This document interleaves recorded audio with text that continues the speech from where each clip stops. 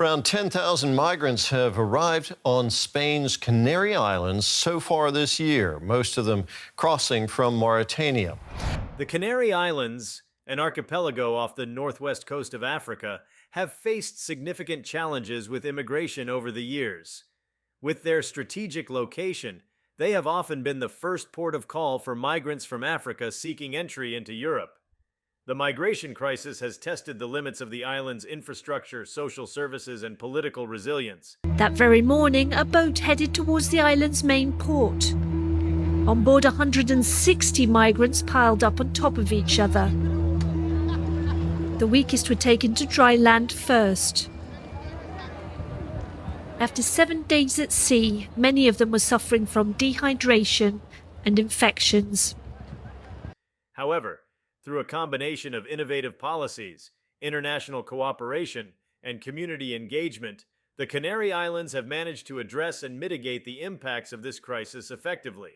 This article delves into the various strategies and measures implemented by the Canary Islands to manage and alleviate the immigration crisis. Last week, the European Union and Spain pledged 210 million euros to help Mauritania clamp down on smugglers and to deter migrant boats.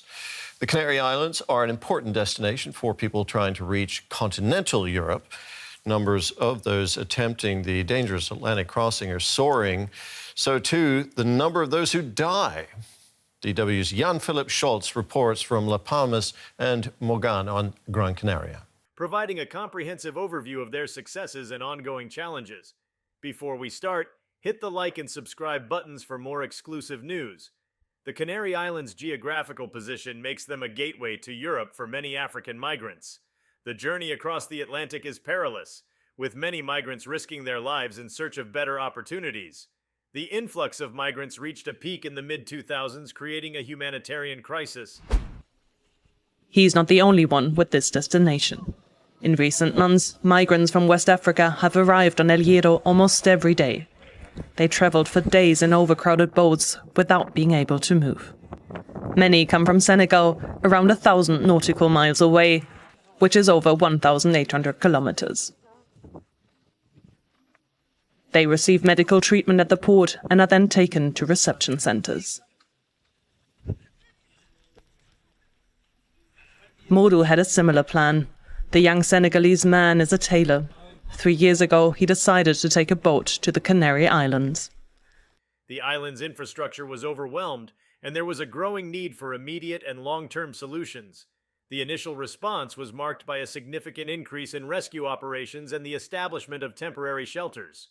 However, these measures were insufficient to address the root causes of the crisis. One of the key strategies employed by the Canary Islands was enhancing border security and surveillance. The islands collaborated with the European Union and countries of origin to implement more stringent border controls. This included the use of advanced technology, such as drones and satellite surveillance, to monitor migration routes and prevent illegal crossings. Additionally, joint patrols with countries like Morocco and Mauritania were established to intercept migrant boats before they reached the Canary Islands. This could be him or anyone else around me who has died. That's why I always feel incredibly sad when I'm here. The number of migrants who've made it to the Canaries is at an all-time high, but so too is the number of those who've died attempting the crossing. Few carry any documents, so identifying them is difficult. The EU requires all recovered bodies to be identified and properly buried, but in reality this rarely happens. Raiko Guerra manages the cemetery in this small community. He feels abandoned by his government. He says he gets no help in giving the migrants a dignified burial. These measures significantly reduced the number of illegal entries, but they also highlighted the need for a more holistic approach to the crisis. Recognizing that border control alone would not solve the problem, the Canary Islands focused on addressing the underlying causes of migration. This involved investing in development projects in key African countries to improve living conditions and create economic opportunities. Programs aimed at education, healthcare, and job creation were launched in collaboration with international organizations and NGOs. Guerra manages the cemetery in this small community. He feels abandoned by his government. He says he gets no help in giving the migrants a dignified burial. Just a number, put in that box, finish. When we take the phone and call to Madrid or to the superior governments, they always say, don't worry, we'll see, don't worry, we'll see, but we don't have any solution. There are only a few experts on the island who can help identify the many dead. Javier Tapia is a pathologist. He and his team gather DNA samples, dental analyses, and photos of the deceased. By tackling poverty, lack of education, and unemployment, these initiatives sought to reduce the push factors driving migration. The Canary Islands also engaged in diplomatic efforts to strengthen relationships with African countries, promoting cooperation on migration management and human rights. In addition to international cooperation, the Canary Islands implemented comprehensive integration programs for migrants. These programs were designed to help migrants adapt to their new environment and become productive members of society. Language classes, vocational training, and cultural orientation sessions were provided to facilitate their integration. Furthermore, the local government worked closely with community organizations and volunteers to support migrants in accessing housing, healthcare, and other essential services. Built on a hill, it can house 500 people. Journalists aren't allowed inside. Underage migrants are taken to Valverde, a town 10 kilometers away in the north. That's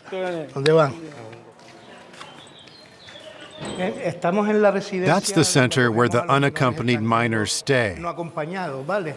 It's a former school hall that wasn't being used, and they gave it to us.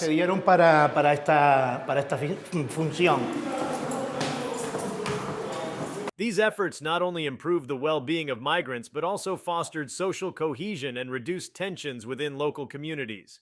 One of the standout initiatives in the Canary Islands' approach to the immigration crisis was the establishment of the Migration and Development Fund. This fund was created to finance projects that addressed both the immediate needs of migrants and the long-term development goals of their countries of origin.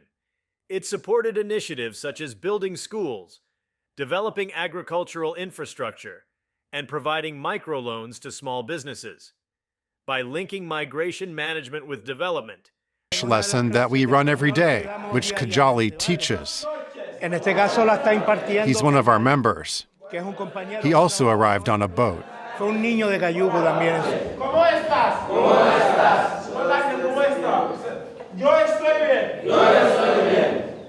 Kajali is from the Gambia. He's 24 and arrived in El Hierro 2.5 years ago.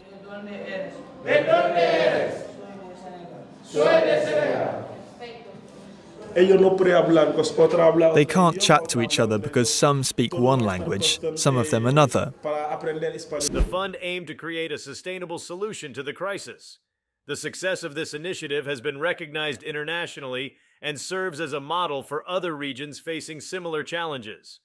The Canary Islands also leveraged the power of education and awareness campaigns to address the immigration crisis. These campaigns aim to inform both the local population and migrants about the realities of migration, the legal pathways available, and the dangers of illegal crossings. Schools and community centers played a crucial role in disseminating this information and fostering a culture of empathy and understanding. The island can't integrate 300 children. It's impossible because we haven't got enough schools. The hospital is a small one. In the long term, there won't be enough work for so many people. We estimate that the ideal number that could stay on El Hierro would be between 50 and 70. Several families on the island have volunteered to take in the youngest children who arrived without any parents.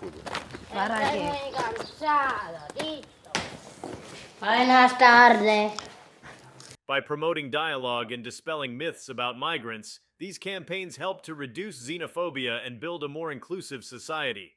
Healthcare was another critical area where the Canary Islands made significant strides. The influx of migrants put immense pressure on the healthcare system, leading to overcrowded hospitals and strained resources. To address this, the government increased funding for healthcare services and expanded the capacity of medical facilities. Mobile clinics were deployed to provide health care to migrants in remote areas, ensuring that they received timely medical attention. Additionally, These two patients are migrants. They arrived here on April 5th. He had an infected hand. We had to amputate some of his fingers. We have him under surveillance, but he's much better. And he's got a foot disease, which is very common in these crossings. We've also had to amputate his toes, because since he was sitting down all the time during the crossing, with the bumps he got injured. The skin got inflamed and the foot infected. The foot was contaminated with a mix of seawater and feces. health professionals were trained to address the specific needs of migrants, including mental health support for those who had experienced trauma during their journey. The role of non-governmental organizations, NGOs, and civil society in managing the immigration crisis cannot be overstated. NGOs provided essential services such as legal assistance, counseling, and advocacy for migrants' rights. They also acted as intermediaries between migrants and local authorities, helping to navigate bureaucratic processes and ensure that migrants' needs were met. The collaboration between the government and NGOs was crucial in creating a comprehensive and effective response to the crisis. This partnership model demonstrated the importance of multi-stakeholder engagement in addressing complex social issues. Economic integration was another focal point of the Canary Islands strategy. Recognizing that employment is key to successful integration, the government launched various initiatives to help migrants enter the labor market. These included job placement services, entrepreneurship programs. Sondi's life is no longer in danger, and he's able to tell his family the good news. But the head of the hospital is conscious he can't treat everyone. The island only has limited capacity. We've barely got 10,000 residents, and we've had 14,000 migrants arrive over a few months. We suddenly had to face overpopulation. And partnerships with local businesses to create employment opportunities. By facilitating access to the job market, these initiatives enabled migrants to become self-sufficient and contribute to the local economy. This not only benefited the migrants, but also helped to address labor shortages in certain sectors, driving economic growth. Housing was a significant challenge due to the sudden influx of migrants. The Canary Islands implemented a multifaceted approach to address this issue. Temporary shelters were set up to provide immediate relief, while long-term solutions involved the construction of affordable housing units. The government also introduced policies to encourage private sector involvement in providing housing for migrants. These measures helped to ensure that migrants had access to safe and adequate accommodation, which is essential for their overall well-being and integration. The Canary Islands' approach to the immigration crisis also involved leveraging technology and innovation. Digital platforms were developed to streamline the registration and processing of migrants, reducing bureaucratic delays and improving service delivery. Data analytics were used to monitor migration patterns and predict future trends, enabling more effective planning and resource allocation. Furthermore, social media and mobile applications were utilized to provide migrants with information on available services, legal rights, and job opportunities. These technological solutions played a crucial role in enhancing the efficiency and effectiveness of migration management. Community engagement was a cornerstone of the Canary Islands strategy. The local population's support was critical in creating a welcoming environment for migrants. The government and NGOs organized various community events and activities to promote interaction and mutual understanding between locals and migrants. Cultural festivals, sports events, and volunteer programs provided opportunities for people to come together and build relationships. These initiatives helped to break down barriers and foster a sense of belonging for migrants, contributing to their successful integration. The success of the Canary Islands in managing the immigration crisis has not been without its challenges. The sheer scale of the influx, coupled with limited resources, posed significant obstacles. There were instances of overcrowding in shelters, delays in processing asylum claims, and difficulties in providing adequate services to all migrants. Additionally, political opposition and public sentiment fluctuated, affecting the implementation of certain policies. However, the resilience and adaptability of the Canary Islands approach have been key to overcoming these challenges. Continuous evaluation and adjustment of strategies have allowed for improvements and innovations in migration management. If you liked this video, please give it a like and subscribe to our channel. Also, could you leave your comments below and tell us? Do you think the Canary Islands' approach to immigration is effective? We want to hear from you. Thank you for watching and see you next time.